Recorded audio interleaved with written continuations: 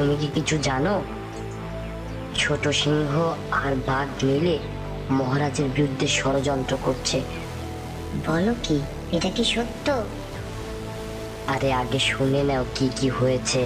আমি জঙ্গলের পাশ দিয়ে আসছিলাম, হঠাৎ শুনতে পারলাম বাঘ আর সিংহ মিলে সেখানে কিছু একটা বলা বলি করছে। আর যখনই আমি তাদের পাশ দিয়ে গিয়ে তাদের আড়ালে বসলাম, তখন শুনতে পেলাম তাদের কথাবার্তা। কি শুনেছো, বলো আমাকে। ছোট সিংহ চায় সিংহরাজকে মেরে ফেলতে, আর ছোট সিংহ যদি সিংহরাজকে মেরে ফেলতে পারে তাহলে সেই এই জঙ্গলের রাজা হতে পারবে। কি বলছো? আমাদের মহারাজ তো অনেক ভালো, সে সবাইকে এক নজরে দেখে, কাউকে ছোট বড় করে দেখে না। এটাই তো ছোট সিংহর রাগ।